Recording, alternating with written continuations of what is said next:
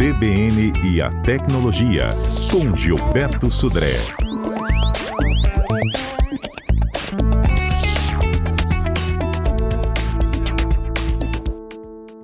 Bom dia, Sudré. Bom dia, Fernanda. Bom dia, ouvintes da CBN.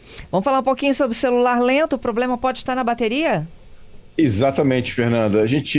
Muitas pessoas enfrentam, o problema de lentidão no celular sem até um motivo aparente.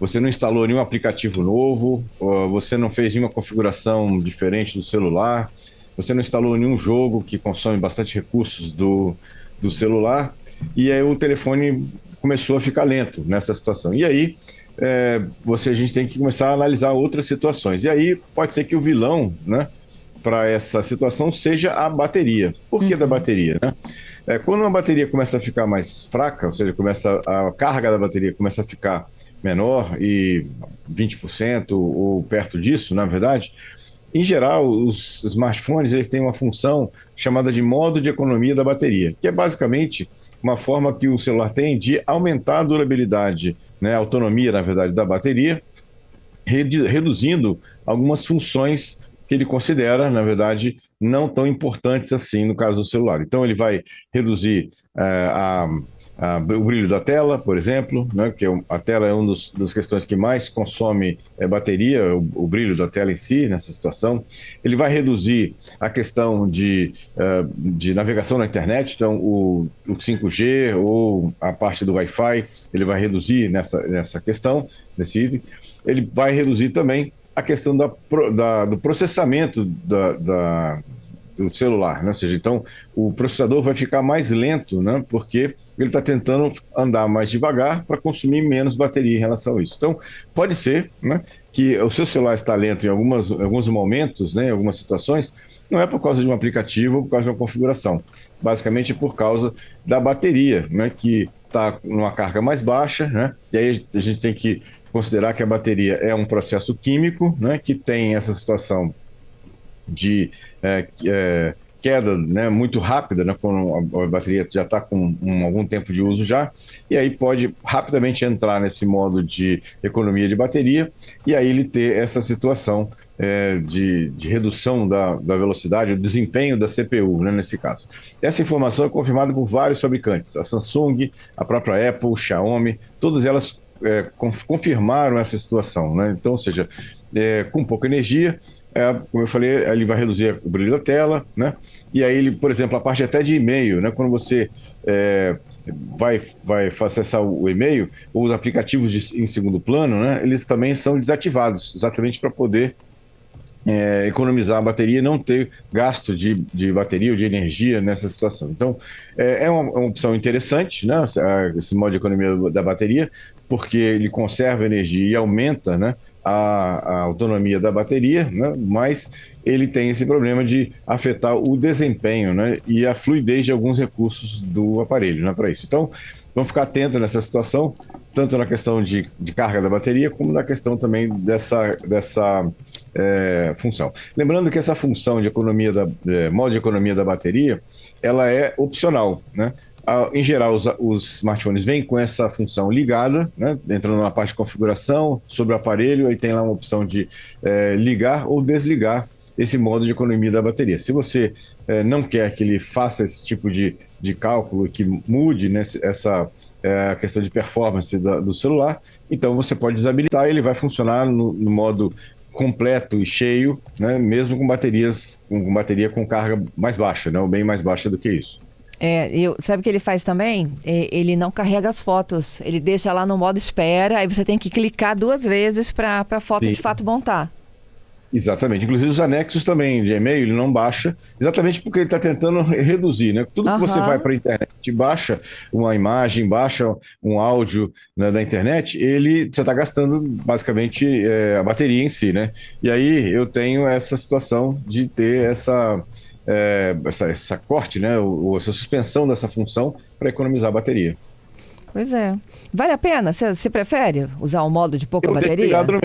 Deixo ligado que eu fico monitorando o nível de bateria do meu celular, mas no meu caso aqui, o modo de automático, de economia de bateria está ligado. Ele fica ligado o tempo todo. Entendido. Tá certo. Vamos para as nossas dicas?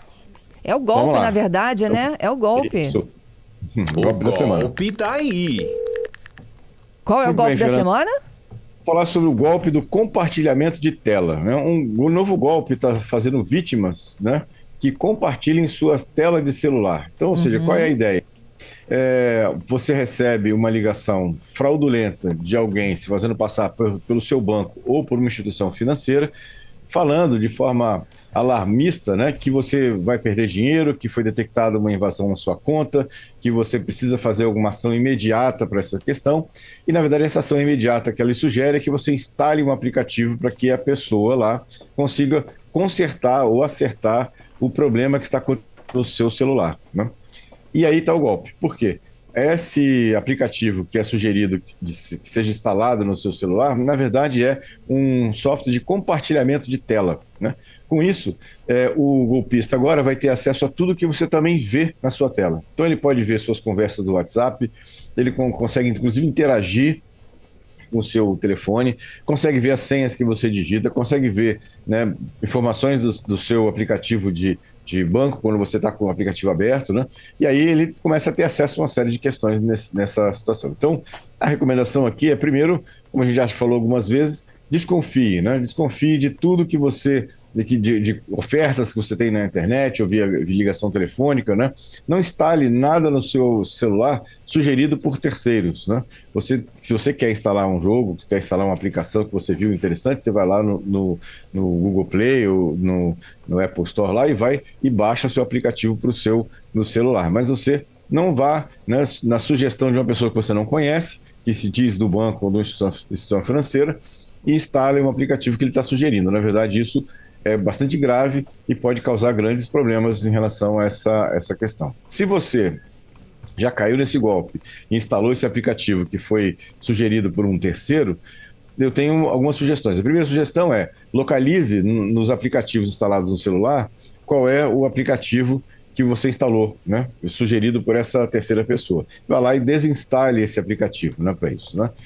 Você pode, inclusive, né, já para cortar imediatamente qualquer tipo de acesso, você já tira o aparelho do 3G, ou do 4G, ou do 5G e do Wi-Fi. Desconecta completamente o aparelho da rede, né, para isso. Vai lá, remove o aplicativo que você identificou lá, que você instalou inadvertidamente, e se nada disso você realmente não conseguiu, não localizou, ou não conseguiu entender ou ver onde estava o aplicativo que você instalou, a opção radical é você resetar o aparelho para configuração de fábrica.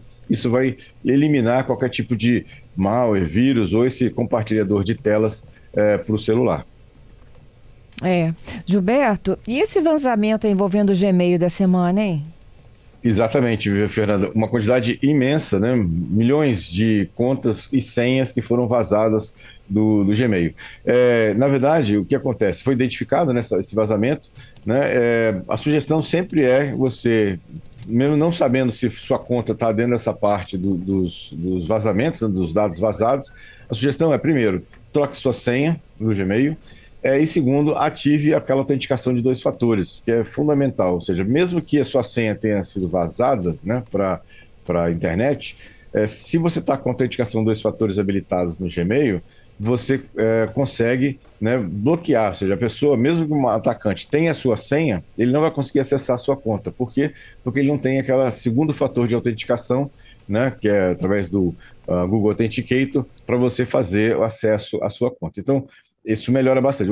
Por isso que a gente até sugere aqui algumas vezes já de você ativar a autenticação de 2 fatores, que isso melhora bastante a segurança das suas contas de qualquer lugar, não só do Gmail, como de todos os grandes portais hoje tem a função de autenticação de 2 fatores. LinkedIn, Instagram, Facebook, o Gmail e todos os outros aí têm essa função. Então, a sugestão é que você ative isso e, mediante agora esse vazamento, né, essa divulgação de vazamento das contas do Gmail, eu sugiro também que você troque a sua senha do Gmail. Mesmo que a gente não tenha sido atingido? Mesmo que não tenha. Assim, a gente não sabe exatamente a extensão. Tem alguns locais que até divulgaram uma lista de e-mails que foram vazados, né? A gente nunca sabe se essa lista é completa, né? Se você instalar, você tem certeza que foi vazado também. Se você não instalar, Não quer dizer que a senha não foi vazada, pode simplesmente que o seu e-mail não foi incluído na relação. Então, mesmo que você olhou lá a relação e o seu e-mail não está listado como um daqueles que tiveram suas informações vazadas, a minha sugestão é que você troque a senha, sim, da sua conta do Gmail. Entendido. Tá certo. Obrigada pelas dicas e até sexta. Obrigado, Fernando, e obrigado aos ouvintes. Até sexta-feira com mais tecnologia.